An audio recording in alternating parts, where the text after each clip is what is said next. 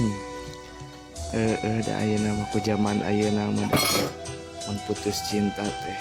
sagala diupdate ka ditu ka dieu ningalikeun ka nyerina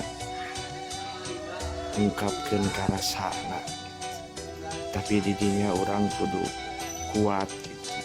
Kudu hudang teangan leuwih asih teangan leuwih nyaah ulah nempot teuing kana rupa ulah nempot teuing kana harta da rupa mah bakal pewat harta bakal beak tempokeun mah bandungan mah boga hate mah menerima keayaan urang